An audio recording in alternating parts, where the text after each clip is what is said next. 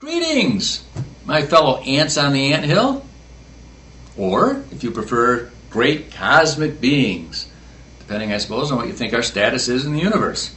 I'm Stephen Berlin, and I'm going to be talking today about false remembrance in dreams. Now, this is a topic that will always be near and dear to my heart. Why? Because I had an individual get angry, even hostile toward me. I know that's hard to imagine. Some years back, for using that expression. He vehemently thought that I should use a term like dreamed remembrance because by introducing the word false, I was essentially closing the door to any discussion before the discussion even begins. All right, I understand that perspective. Chill. Dreamed remembrance. That's fine with me. Who cares? We're talking about the same thing. That's what's important. Now, I also want to point out while we're at it that I didn't coin the term. The term was used by Frederick von Eden, and he was the same guy who coined the term lucid dreaming. And there's a lot of people that don't like the word lucid. They think it should be called conscious dreaming. So for those of you out there that get your underwear up in a bundle about terminology, that's okay. Kindly go dig up his corpse and kick it. And leave this one that's still breathing alone. Okay, false remembrance, here we go. I was walking down a street in my dream, and I remember the houses and the lawns, and this wave of nostalgia came over me. And I thought, I'm in this is my old paper route in upstate New York when I was growing up, and it was great to be back in the neighborhood. Then I woke up, and I was recalling my dream, and I thought, what? That street I just saw doesn't look like my old paper route. As a matter of fact, it doesn't look like any street I've ever seen anywhere, any place, any time in my entire life. So, for lack of a better explanation right now, let's call it false remembrance. Now, how about the people in our dreams? We have familiar faces, our family, friends, co-workers. There's a lot of strange faces also in our dreams. Now, what I want you to begin noticing in your dreams is that some of these strange faces in your dreams, you're pretty tight with in your dreams. They'll be your comrade throughout the whole dream, your associate throughout the whole dream. And you're going to feel like, in the dream, when you wake up, you're going to realize, man, in a dream, I really felt that he or she was my best friend. I mean, we had a connection. I mean, I could feel it. I'm sure I knew him, or her, but I can't. But the face doesn't match any face in my waking life at all. False remembrance. Now, an offshoot of this is how we watch movies and TV, and we feel like we know people, by seeing them on the screen. So I'm going to use myself as an example here. Let's say, for instance, you dreamed of me tonight, tomorrow night, whenever. Now, I think it would be fair to say that you would probably in your dream feel as though you knew me. Because I feel like I know the people I see on TV. Although I know I don't really know them. That they don't really know me. Now, the curious phenomenon in dreams is, if you saw me, not only would you feel like you knew me, you would believe also that I knew you. We would interact as though we knew each other. You would feel a sense that we had some kind of history together. And that would be a false remembrance. Now let me give an example that will show you how common false remembrance is in dreams, at least in my opinion. We're all taught when we become lucid dreamers to look for anomalies in our dream, things that are kind of strange or out of the ordinary, and then use those anomalies by various methods to recognize we're dreaming and become lucid. Now, to get to where I'm going with this, let me give an example. I've got a patio door right here. Now, I had a dream. Now, I live out in the middle of the desert, okay? I had a dream, and I walked out this patio door, I opened it up, and I stepped out onto my deck, which I don't have. And I looked at the ocean, which isn't there. And I didn't wake up, I didn't become lucid. It seemed okay with me, evidently, and I went on with my dream. Now, clearly, that had to have been a feeling of, this is okay. I remember this as always being this way. A false remembrance. Okay.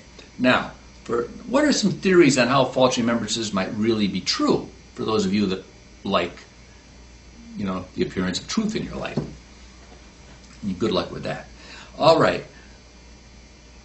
Let me give you examples that I've heard. A rational example, going back to like that street that I remembered, like my paper route.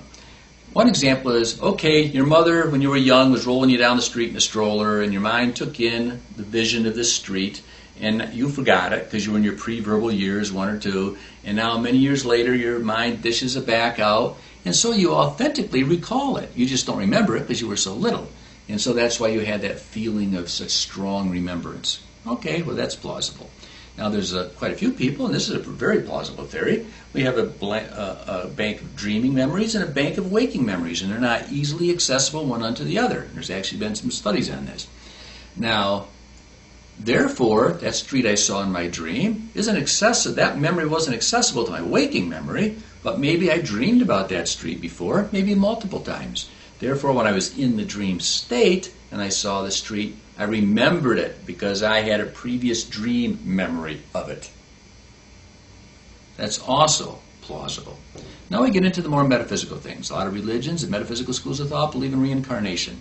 And just like the deja vu experience in waking life, you see something, you really feel a strong sense that having been there before, well, logical conclusion, must have been in one of my past lifetimes. All right, now how about parallel universes, parallel realities? In physics, that's almost legitimate to talk about now. We're going from string theory to M theory and multiverses, it's fascinating.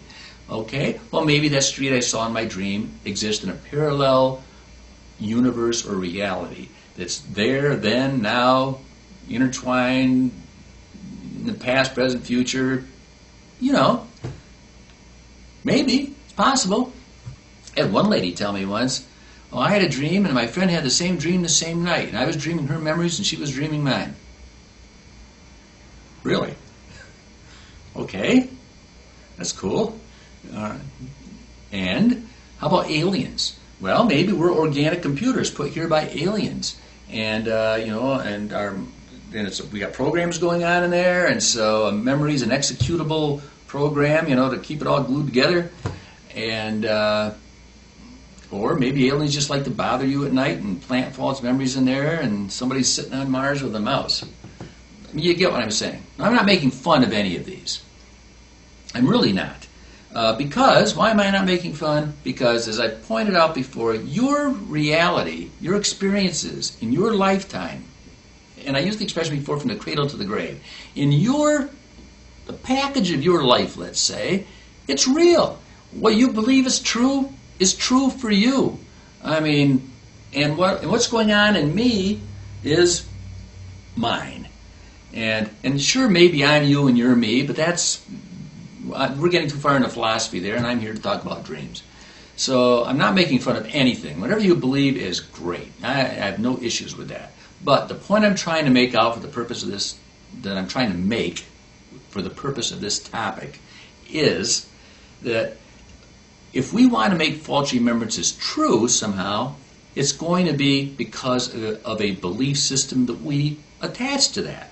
If you're a scientist, you're going to think false remembrances are brain chemistry, and you're going to want research and scientific method and statistics. And if you're metaphysical, you're going to put that spin on it, and you see what I mean. And so it all boils down to us attaching a belief system to it. And belief systems, what caused all the friggin' wars in the world, the hatred, the conflict, the bigotry, can't mankind just get over this, Okay, I'm philosophizing again. So, that's it. Next I'm going into the geography and navigation of dreams, how to get around. And I make these things so long that they really push the limits, so I know that's hard to do. So next time you're in the grocery store, make sure you buy yourself some popcorn.